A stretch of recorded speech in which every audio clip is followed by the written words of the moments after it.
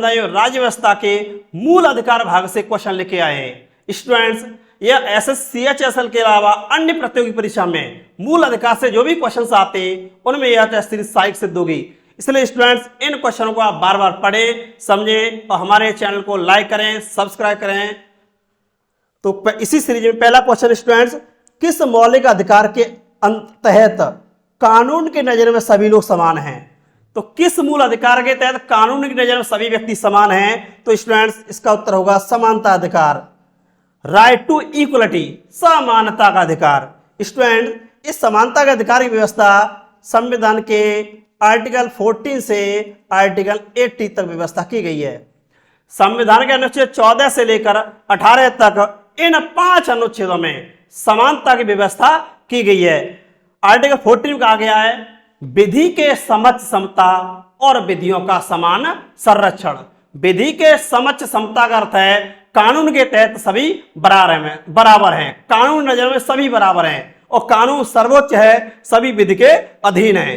दूसरा इसमें खंड है विधियों का समान संरक्षण।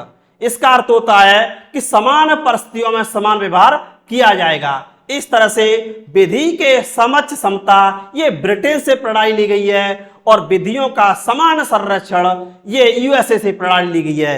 इस तरह से कानून की नजर में सभी लोग बराबर हैं, ये एक समानता का अधिकार है जो कि अनुच्छेद 14 से लेकर के अनुच्छेद 18 तक है।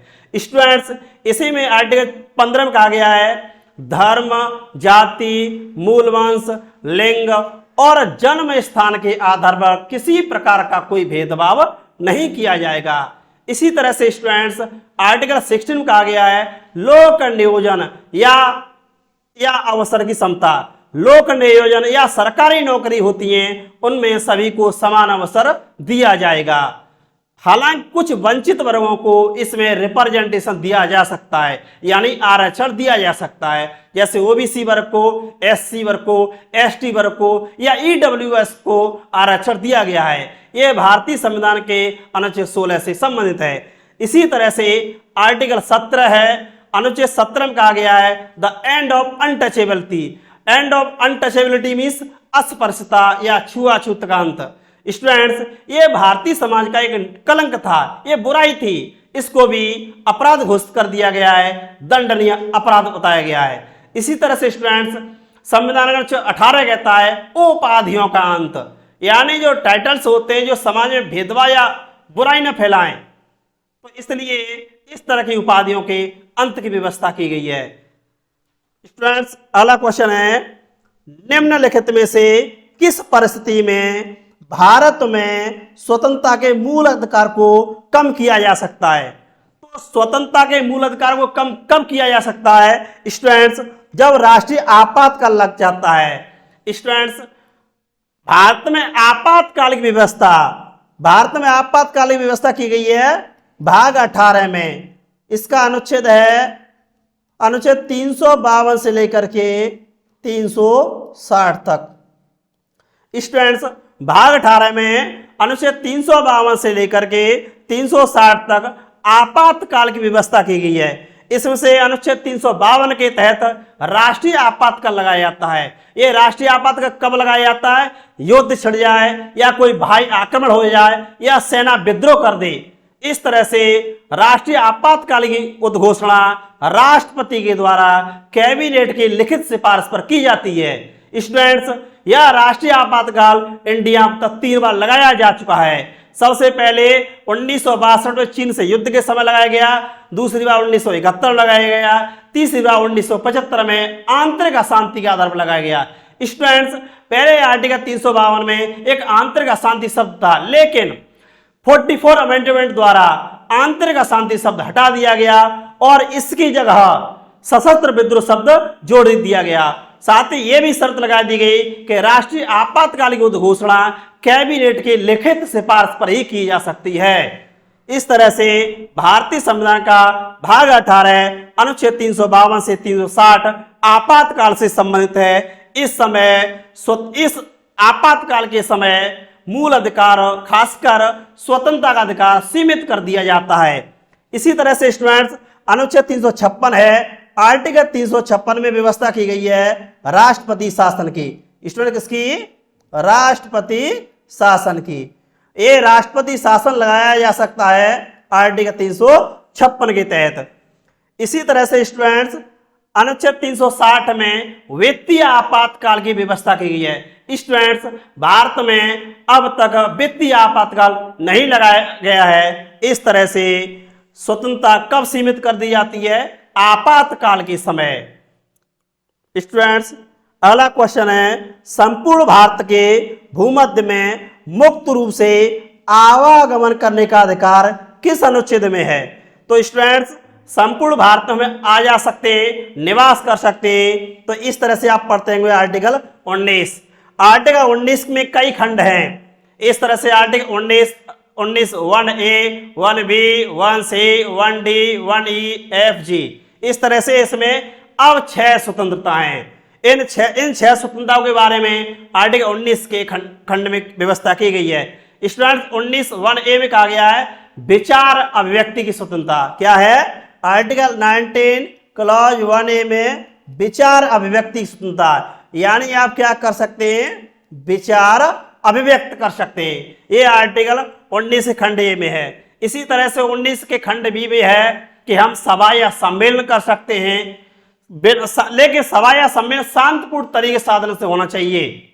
इसी तरह से हम निवास कर सकते हैं, कहीं बस सकते हैं, आवागमन कर सकते हैं। इसी तरह से स्टूडेंट्स पहले इसमें संपत्ति के अधिकार की भी स्वतंत्रता थी, लेकिन 44वें संशोधन द्वारा संपत्ति के अधिकार की स्वतंत्रता को यहां से हटा दिया गया है और उसे कानूनी या विधिक अधिकार बना करके आर्टिकल 300A में रख दिया गया है। इस तरह से स्टूडेंट्स आवागमन की स्वतंत्रता आर्टिकल 19 से संबंधित है। इसी तरह से स्टूडेंट्स अगला क्वेश्चन है अभिव्यक्ति की स्वतंत्रता। अभिव्यक्ति की स्वतंत्रता, फ्रीडम ऑफ एक्सप्रेशन की स्वतंत्रता किस में निहित है? समानता का अधिकार, स्वतंत्रता अधिकार, सांस्कृतिक एवं शैक्षणिक अधिकार, संवैधानिक उपचार का अधिकार। तो स्टूडेंट ये स्वतंत्रता के अधिकार में आता है। इसकी हमने चर्चा अभी की थी। ये आर्टिकल 19 के क्लॉज 1A में आता है।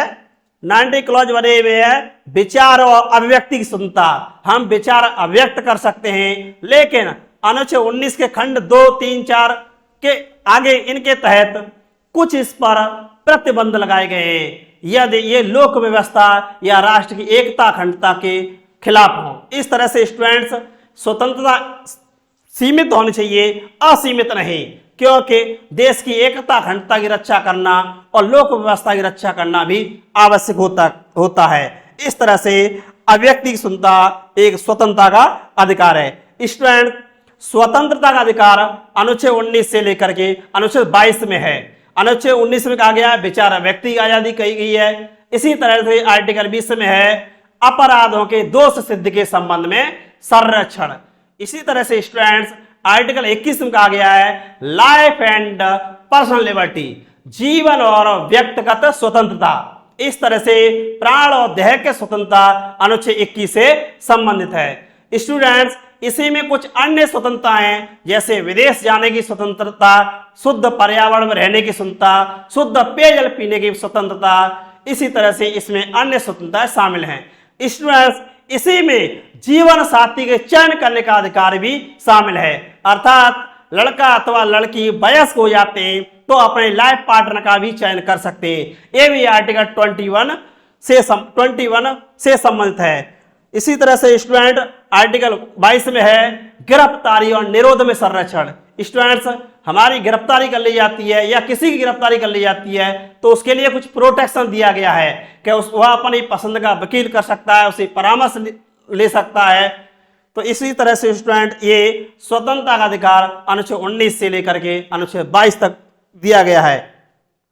स्टूडेंट्स अगला क्वेश्चन है भारतीय संविधान का कौन सा अनुच्छेद जीवन और व्यक्तिगत स्वतंत्रता की गारंटी देता है? तो स्टूडेंट्स अभी हमने पढ़ा article 21 article 21 life and personal liberty संबंधित है। यह जीवन और व्यक्तिगत स्वतंत्रता संबंधित है। स्टूडेंट्स जब आपातकाल लागू हो जाता है तो हमारे मूल अधिकार निलंबित कर दिए जाते हैं, लेकिन संविधान के आर्टिकल 20 और 21 आपातकाल के समय भी निलंबित नहीं किए जाते। तो स्टूडेंट्स ऐसे क्वेश्चन आ सकता है कि कौन से आर्टिकल्स हैं जो आपातकाल के समय भी निलंबित नहीं किए जाते। तो स्टूडेंट्स आपका उत्तर हो जाएगा आर्टिकल 20 और आर्टिकल 21। इस तरह से जीवन और व्यक्तिगत स्वतंत्रता किस में देता है? आर्टिकल 21 में। स्टूडेंट्स इसमें आर्टिकल 21A भी है। ये क्या है? ये शिक्षा के अधिकार से संबंधित है। शिक्षा का अधिकार। स्टूडेंट शिक्षा का अधिकार ये पहले शामिल नहीं था, लेकिन स्टूडेंट्स 86 अमेंडमेंट द्वारा ये 2002 में शिक्षा का अधिकार एक मूल अधिकार बनाया गया। इस तरह से आर्टिकल 21 से शिक्षा के अधिकार से संबंधित है। इसमें व्यवस्था की गई कि 6 से 14 वर्ष तक के बच्चों को निःशुल्क और अनिवार्य शिक्षा राज्य के द्वारा प्रदान की जाएगी। हमारे बेसिक शिक्षा विभाग के आज जितने भी स्कूल चल रहे हैं वो इसी अनुच्छेद का इंप्लीमेंट हैं। स्टूडेंट्स नेक्स्ट क्वेश्चन है, भारतीय संविधान के निम्न में से किस अनुच्छेद में अपराधों के दोष सिद्ध के संबंध में संरक्षण दिया गया है? तो स्टूडेंट अपराधों के दोष सिद्ध के संबंध में संरक्षण किसके तहत दिया जाता है?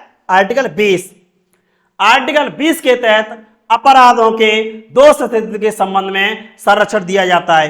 स्टूडेंट्स हमने पहले ही पढ़ा कि आर्टिकल 20 आपातकाल के समय भी निलंबित नहीं किया जाता है। इस तरह से ये अपराधों के दोष सिद्ध के संबंध में संरक्षण देता है। इसमें कहा गया है किसी व्यक्ति को स्वयं के विरुद्ध गवाही देने के लिए बाध्य नहीं किया जा सकता, और एक अपराध है तो उसे केवल एक ही बार सजा दी जाएगी। इसी तरह से स्टूडेंट्स इसमें आर्टिकल 18 है, तो ये किससे संबंधित है? ये उपाधियों के अंत से संबंधित है। आर्टिकल 19 हमने अभी पढ़ा है, ये विचारों और व्यक्ति की स्वतंत्रता से संबंधित है। और आर्टिकल 21 क्या है? जीवन और व्यक्तिगत स्वतंत्रता से। इस तरह से स्टूडेंट्स नेक्स्ट क्वेश्चन है, स्वतंत्रता का अधिकार भारतीय संविधान किन अनुच्छेदों में वर्णित है? तो स्टूडेंट लिबर्टी का राइट कितने है? तो हम पढ़ते हैं आर्टिकल 19 से 22, article 90 to article 22 right to freedom दी गई है। अनुच्छेद 19 में, 20 में, 21 में, 22 में। स्टूडेंट आर्टिकल 352 के तहत जब राष्ट्रीय आपातकाल की घोषणा की जाती है तब ये स्वतंत्रता हमारी निलंबित हो जाती है। जैसे आर्टिकल 19 की स्वतः निलंबित हो जाती हैं। स्टूडेंट्स इसी तरह से इसमें दिया है आर्टिकल 23 और 24, 23, 28। स्टूडेंट 23, 28 इसमें 23, 24 शोषण के विरुद्ध है। इसी तरह से स्टूडेंट्स नेक्स्ट क्वेश्चन है, भारतीय संविधान का अनुच्छेद 24 कारखानों आदि में बच्चों के रोजगार के किससे संबंधित है?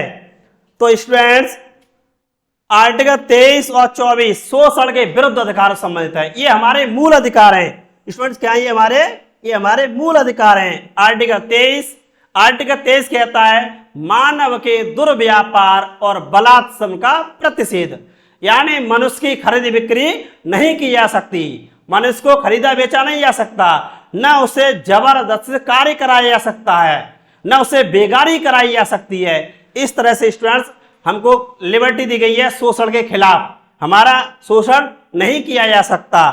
आर्टिकल 24 में कहा गया है कि कारखानों में और रासायनिक क्षेत्रों में बच्चों को नहीं लगाया जा सकता। स्टूडेंट्स बच्चों के विकास के लिए, एजुकेशन के लिए, हेल्थ के लिए ये जरूरी है कि वो पढ़ें, न कि कारखानों में या फैक्ट्रियों में लगाए जाएं। इस तरह से हमारा ये आर्टिकल्स, हमारे संविधान आर्टिकल स्टूडेंट्स को प्रोटेक्शन देता है कि स्टूडेंट्स पढ़ सकें।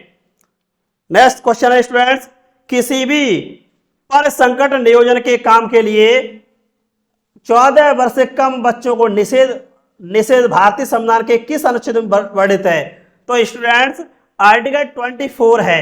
आर्टिकल 24 में कहा गया है कि 14 वर्ष से कम आयु के बच्चों को कारखानों में या रासायनिक क्षेत्रों में कार्य में नियोजित नहीं किया जाएगा, क्योंकि उसके हेल्थ पर प्रतिकूल प्रभाव पड़ता है। इसी तरह से स्टूडेंट्स नेक्स्ट क्वेश्चन है, भारतीय संविधान के निम्नलिखित में से किस अनुभाग में भारतीय संविधान की अंतरात्मा के रूप में जाना जा सकता है? तो भारतीय संविधान किस को मूल अंतरात्मा के रूप में जाना जा सकता है। तो स्टूडेंट्स ये मूल अधिकार का आर्टिकल है 32। आर्टिकल 32 को डॉक्टर बी आर अम्बेडकर ने संविधान का हृदय और आत्मा कहा है। स्टूडेंट्स हम अपने मूल अधिकारों को आर्टिकल 32 के तहत सुप्रीम कोर्ट से लागू करवा सकते हैं। इसे कहते हैं संवैधानिक उपचारों का अधिकार। इसलिए डॉक्टर बी आर अम्बेडकर ने मूल अधिकारों को, खासकर आर्टिकल 32 को संविधान का हृदय और आत्मा कहा है। इसी तरह से स्टूडेंट ग्रेनेविल ऑस्टिन हैं, एक ब्रिटेन के थिंकर थे। उन्होंने मूल अधिकार और नीति निर्देशक सिद्धांतों को संविधान का मूल आत्मा माना था। इसी तरह से सुप्रीम कोर्ट के मुख्य न्यायाधीश रह चुके एम हिदायतुल्लाह, उन्होंने संविधान की प्रस्तावना को मूल अधिकार के रूप में माना था। इस तरह से स्टूडेंट्स इस विकल्पों के आधार पर देखा जाए तो मूल अधिकार होगा। स्टूडेंट्स इसी तरह से इसमें नागरिकता विकल्प है। तो स्टूडेंट्स भारतीय संविधान के भाग 2 में अनुच्छेद 5 से 11 में आर्टिकल 5 से 11 में नागरिकता की व्यवस्था की गई है। स्टूडेंट्स भारत में कैसी नागरिकता है? भारत में एकल नागरिकता है, जो अनुच्छेद 5 से लेकर के 11 तक भाग 2 में व्यवस्था की गई है। इस तरह से स्टूडेंट्स एक विकल्प है इसमें अधिसूचित भाषाएं। तो स्टूडेंट्स संविधान की अनुसूची 8 है। संविधान की अनुसूची 8 में 22 भाषाओं की व्यवस्था की गई है। कितनी स्टूडेंट्स? अनुसूची 8 में 22 भाषाओं की व्यवस्था की गई है। जब मूल संविधान था तो उसमें मात्र 14 भाषाओं की व्यवस्था थी, लेकिन अब कितनी है? 22। अनुसूची 8 22 भाषाओं संबंधित है, लेकिन इसमें कहीं भी अंग्रेजी भाषा को स्थान नहीं दिया गया है। इसी तरह से स्टूडेंट्स भारतीय संविधान के भाग 17 में अनुच्छेद 343 से लेकर 351 में राजभाषा से संबंधित प्रावधान किया गया है। जैसे 343 कहा गया है हिंदी भारत की राजभाषा है। स्टूडेंट हिंदी भारत की राजभाषा है, राष्ट्रभाषा नहीं है। और संविधान की अनुसूची 8 भी भाषाओं से संबंधित है। इसमें एक विकल्प है संघवाद। तो स्टूडेंट्स भारतीय संविधान का अनुच्छेद 245 से 263 तक, 245 से 263 ये संघवाद से संबंधित है। ये भाग 11 से संबंधित है। संविधान के भाग 11 में अनुच्छेद 245 से 263 में संघीय संघवाद की व्यवस्था की गई है कि केंद्र और राज्य के बीच में शक्तियों का विभाजन किया जाएगा। इस संबंध में अनुसूची 7 में 3 सूची बनाई गई है, एक संघ सूची, एक राज्य सूची, एक समवर्ती सूची। इसी तरह से संविधान अनुच्छेद 246 के तहत इन सूचियों को ऐड किया गया है, कॉम्बिनेशन किया गया है। इस तरह से भारत में संघवाद है। यह संघवाद कैसा है? भारतीय संघवाद को सहकारी संघ माना जाता है। हालांकि कुछ विद्वान भारतीय संघ को अर्ध संघ कहते हैं। एक मॉरिस जोन्स हैं, वो भारत के संघ को सौदेबाजी का संघ कहते हैं। तो स्टूडेंट्स भारत के संघ के बारे में भिन्न भिन्न व्यक्तियों ने अपने विचार दिए, लेकिन भारत का संघ कनाडा के संघीय मॉडल पर आधारित है स्टूडेंट्स, जिसमें अवशिष्ट शक्तियां केंद्र में निहित होती हैं। स्टूडेंट्स अगला क्वेश्चन है भारतीय संविधान के संदर्भ में निम्नलिखित में से कौन सा अनुच्छेद नागरिकों को धर्म की स्वतंत्रता प्रदान करता है? तो स्टूडेंट्स आर्टिकल 25 है। आर्टिकल 25 हमको धार्मिक स्वतंत्रता प्रदान करता है। संविधान के अनुच्छेद दिए हैं, अनुच्छेद 25 से लेकर के 28 तक, ये हमारी धार्मिक स्वतंत्रता से संबंधित हैं। इसमें धर्म को अबाध रूप से मानने, आचरण करने, अंतर करने और प्रचार प्रसार करने की स्वतंत्रता निहित है। इस तरह से भारत क्या है? पंथ निर्देश राज्य है। स्टूडेंट्स 42वें संशोधन द्वारा 1976 में प्रस्तावना में पंथ निर्देश शब्द जोड़ा गया। ये आर्टिकल 25 और पंथ निर्देशता सह संबंधित है। इसी तरह से प्रस्तावना में समाजवादी और पंथ निर्देश अखंडता शब्द 42 अमेंडमेंट के तहत जोड़े गए। इस तरह से धार्मिक स्वतंत्रता आर्टिकल 25 से लेकर 28 तक संबंधित है। स्टूडेंट्स अगला क्वेश्चन हमारा भारतीय संविधान का अनुच्छेद 32 इस भाग द्वारा प्रदत्त अधिकारों के प्रवर्तन के उपचार के लिए संबंधित है। केंद्र सरकार, बी राज्य सरकार, सी भारतीय नागरिक के मौलिक अधिकार, डी राज्य नीति के निर्देशक सिद्धांत। तो स्टूडेंट्स इसका उत्तर होगा मूल अधिकार। अनुच्छेद 32 के तहत संवैधानिक उपचारों के अधिकार के तहत हम अपने मूल अधिकार लागू करवा सकते हैं। स्टूडेंट इसी तरह से आर्टिकल 226 है, 226 के तहत हम क्या करवा सकते हैं? आर्टिकल 226 के तहत हाई कोर्ट मूल अधिकारों की रक्षा के लिए रिटें जारी करता है, न्यायादेश जारी करता है, और आर्टिकल 32 के तहत सुप्रीम कोर्ट न्यायादेश जारी करता है। इस तरह से हम मूल अधिकारों को सुप्रीम कोर्ट से लागू करवा सकते हैं, क्योंकि मूल अधिकार वाद योग्य हैं, इनको सुप्रीम कोर्ट से लागू करवाया जा सकता है। दूसरी ओर नीति निर्देशक सिद्धांत डीपीएसपी को सुप्रीम कोर्ट से लागू नहीं करवाया जा सकता, क्योंकि वह वाद योग्य नहीं है। स्टूडेंट्स अगला क्वेश्चन है, निम्नलिखित में से कौन सा स्वाभाविक रूप से न्यायपूर्ण है? तो स्टूडेंट्स इसका उत्तर होगा मूल अधिकार। स्टूडेंट्स अभी हमने पढ़ा कि मूल अधिकार को सुप्रीम कोर्ट से लागू करवा सकते हैं और हाई कोर्ट से भी लागू करवा सकते हैं, आर्टिकल 32 से और आर्टिकल 226 से। अतः इससे इस आधार पर ये क्या है? न्यायपूर्ण है, यह प्रत्याभूत अधिकार हैं, इनको सुप्रीम कोर्ट से लागू करवा सकते हैं। नेक्स्ट, भारतीय संविधान में कितने प्रकार के न्यायाधीश हैं? तो स्टूडेंट्स संविधान के आर्टिकल 32 में 5 प्रकार की रिटें होनी पड़ी हैं। हम मूल अधिकारों को लागू करने के लिए सुप्रीम कोर्ट से 5 रिट लागू करवा सकते हैं। वो कौन सी है? एक बंदी प्रत्यक्षीकरण। स्टूडेंट कौन सी है? बंदी प्रत्यक्षीकरण। अगर किसी व्यक्ति को गिरफ्तार किया गया है तो उसको पूछने का अधिकार है क्यों गिरफ्तार किया गया है। वह अपनी गिरफ्तारी के विरुद्ध सुप्रीम कोर्ट में जा सकता है, हाई कोर्ट में जा सकता है, और हाई कोर्ट उसको आदेश दे सकता है कि इनको क्यों गिरफ्तार किया गया। क्योंकि बंदी प्रत्यक्षीकरण का अर्थ ही होता है हम आदेश देते हैं कि इसको क्यों गिरफ्तार किया गया, पूछने का अधिकार है। यानी इसको जो अभिव्यक्ति है, क्लाइंट है, उसको सशरीर उपस्थित किया जाए, जिससे विचार किया जा सके कि क्यों गिरफ्तार किया गया है, यानी बंदीकरण पे विचार किया जा सकता है। तो पहली रिट है। इसी तरह से एक है परमादेश। कौन सी रिट है स्टूडेंट्स? परमादेश। तो इसमें आदेश दिया जाता है, पहली में गिरफ्तारी पूछी जाती है, दूसरी में आदेश दिया जाता है। इसी तरह से एक है प्रतिषेध। अगला एक रिट है उत्प्रेषण, एक है अधिकार प्रच्छा।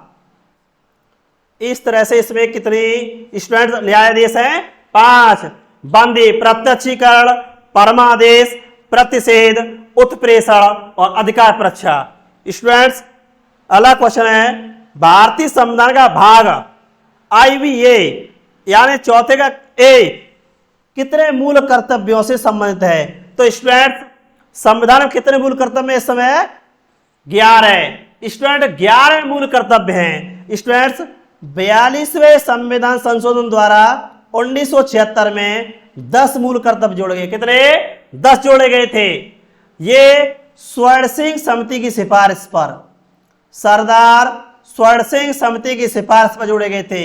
ये सोवियत रूस से प्रभावित होकर, किससे? सोवियत रूस, पहले सोवियत संघ नाम था, अब इसे रूस कहते हैं।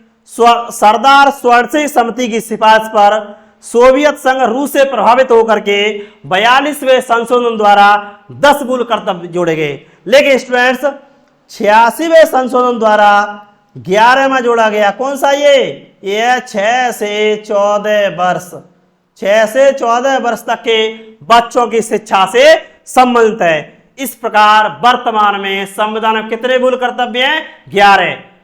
मूल संविधान था उसमें कितने थे? 0। स्टूडेंट मूल संविधान में मूल कर्तव्य व्यवस्था नहीं की गई थी। इनको 42वें संशोधन द्वारा और 86वें संविधान संशोधन द्वारा भाग 4 क अनुच्छेद 51 क में जोड़ा गया था। स्टूडेंट्स नेक्स्ट क्वेश्चन है, भारत के संविधान का अनुच्छेद 301 किससे संबंधित है? स्टूडेंट ए है संपत्ति का अधिकार। किसे? स्टूडेंट 44वें संशोधन द्वारा 1978 में उस समय पीएम कौन थे? मोरारजी देसाई। स्टूडेंट मोरारजी देसाई भारत के प्रधानमंत्री थे। यह पहले गैर कांग्रेसी प्रधानमंत्री बने। मोरारजी देसाई जनता पार्टी के प्रधानमंत्री बने थे, पहले गैर कांग्रेसी प्रधानमंत्री बने थे। उनके समय 44वें संविधान संशोधन द्वारा संपत्ति के अधिकार को मूल अधिकार की श्रेणी से हटा दिया गया और अनुच्छेद 300A में रखकर इसे कानूनी या विधिक अधिकार बना दिया गया। इस तरह से 301 किससे संबंधित है स्टूडेंट्स? संपत्ति के अधिकार से। इसमें स्टूडेंट शिक्षा का अधिकार तो हम पहले ही पढ़ चुके हैं, आर्टिकल 21A, ये शिक्षा का अधिकार से है। अगला वित्तीय आपातकाल, तो ये आर्टिकल 360 वित्तीय आपातकाल से संबंधित है। स्टूडेंट अखिल भारतीय सेवा, तो अखिल भारतीय सेवा आर्टिकल 312 से संबंधित है। इसी तरह से स्टूडेंट नेक्स्ट क्वेश्चन है, भारत के संविधान का कौन सा अनुच्छेद समान नागरिक संहिता की परिभाषा करता है? Common civil code, universal civil code की व्यवस्था कौन सा करता है student? Article 44 article 44 common civil code की व्यवस्था करता है। स्टूडेंट्स भारत का एकमात्र गोवा राज्य है, कौन सा है स्टूडेंट? गोवा राज्य है जहां पर कॉमन सिविल कोड पुर्तगालियों के द्वारा लागू की गई। बाकी पूरे भारत में भिन्न भिन्न धर्मों के लिए अलग अलग कोड हैं। ठीक है स्टूडेंट्स, इस तरह से आर्टिकल 44 किससे संबंधित है? समान नागरिक संहिता से है। स्टूडेंट्स इसी तरह से इसमें आर्टिकल 42 की बात की जाए तो ये क्या है? ये है स्त्री और प्रसूति सहायता से संबंधित है। स्टूडेंट्स अगला क्वेश्चन है, संविधान के किस अनुच्छेद में पंचायतों के गठन की व्यवस्था की गई है? पंचायतों के गठन की व्यवस्था कहां की गई है स्टूडेंट्स? आर्टिकल 14 अनुच्छेद 40 में कहा गया है पंचायतों का गठन किया जाएगा। स्टूडेंट्स पंचायतों की स्थापना की गई थी 2 अक्टूबर 1959 को राजस्थान के 2 अक्टूबर 1959 को राजस्थान के नागौर से। कहां से स्टूडेंट्स? राजस्थान के नागौर। राजस्थान के नागौर से पंचायती राज प्रणाली की शुरुआत की गई। स्टूडेंट्स 73 अमेंडमेंट 73वां संविधान संशोधन पंचायती राज प्रणाली से संबंधित है। इसके द्वारा संविधान में अनुसूची 11 जोड़ी गई। अनुसूची 11 पंचायती राज प्रणाली से संबंधित है, इसे 73 अमेंडमेंट द्वारा जोड़ा गया था। इसी तरह से स्टूडेंट्स संविधान का भाग 9 भी पंचायती राज प्रणाली से संबंधित है। इसका खंड है 243A से O तक। इसके 15 उप अनुच्छेद हैं स्टूडेंट्स। भाग 9 अनुच्छेद 243A से O तक 15 उप अनुच्छेदों में पंचायती राज प्रणाली की व्यवस्था है। अनुच्छेद 40 में पंचायती राज प्रणाली की व्यवस्था है। 73वें संशोधन के बाद अनुसूची 11 में पंचायती राज व्यवस्था है। 2 अक्टूबर 1959 को राजस्थान के नागौर से पंचायती राज प्रणाली की शुरुआत की गई। स्टूडेंट्स इसी तरह से पंचायतों को 29 सब्जेक्ट दिए गए। कितने विषय स्टूडेंट्स? 29 विषय दिए गए। स्टूडेंट्स कौन सी समिति थी जिसने पंचायतों को त्रिस्तरीय बनाने की सिफारिश की थी? तो कौन सी समिति थी? बलवंत राय मेहता समिति 1957। इस बलवंत राय मेहता समिति ने पंचायतों को त्रिस्तरीय बनाने की सिफारिश की। इसी तरह से स्टूडेंट्स एक अशोक मेहता समिति थी। कौन सी थी? अशोक मेहता समिति। इसने पंचायतों को 2 स्तरीय बनाने की सिफारिश की। पंचायतों को 2 स्तरीय, यानी पंचायतों को 2 लेवल होने चाहिए। स्टूडेंट्स पंचायतों में महिलाओं को आरक्षण दिया गया अनुच्छेद 243D के तहत। स्टूडेंट्स नेक्स्ट क्वेश्चन है, कौन सा अनुच्छेद अंतरराष्ट्रीय शांति और सुरक्षा से संबंधित है? भारत विश्व में शांति और सुरक्षा बनाए रखने का प्रयास करेगा। तो ये आर्टिकल किससे संबंधित है स्टूडेंट्स? 51 से। आर्टिकल 51 में भारत की विदेश नीति के तत्व अंतर्निहित हैं। आर्टिकल 51 से प्रेरणा मिलती है कि भारत विश्व में शांति और व्यवस्था बनाए रखने का प्रयास करेगा। स्टूडेंट्स भारत में विदेश नीति गुट निरपेक्ष सिद्धांत पर काम करती है। किस पर? गुट निरपेक्षता पर। स्टूडेंट्स, जब द्वितीय विश्व युद्ध समाप्त हुआ था तो संपूर्ण विश्व दो गुटों में बट गया था। एक अमेरिकी गुट था, एक सोवियत संघ का गुट था। लेकिन भारत ने गुट निरपेक्षता की नीति अपनाई। न तो पूंजीवादी गुट में शामिल हुआ, न साम्यवादी गुट में शामिल हुआ। भारत ने स्वतंत्र और स्वायत्त विदेश नीति अपनाई, जिसे गुट निरपेक्षता कहते हैं। ये भारत की शांति की पहले एक आंदोलन है और विश्व में शांति और व्यवस्था स्थापित करने का एक पद्धति भी है। इस तरह से आर्टिकल 51 भारत की विदेश नीति के लिए प्रेरणा देता है। स्टूडेंट्स, इसी तरह से भारत ने अपनी विदेश नीति में पंचशील सिद्धांत अपनाया। कौन सा? पंचशील सिद्धांत। यह किसके बीच हुआ था?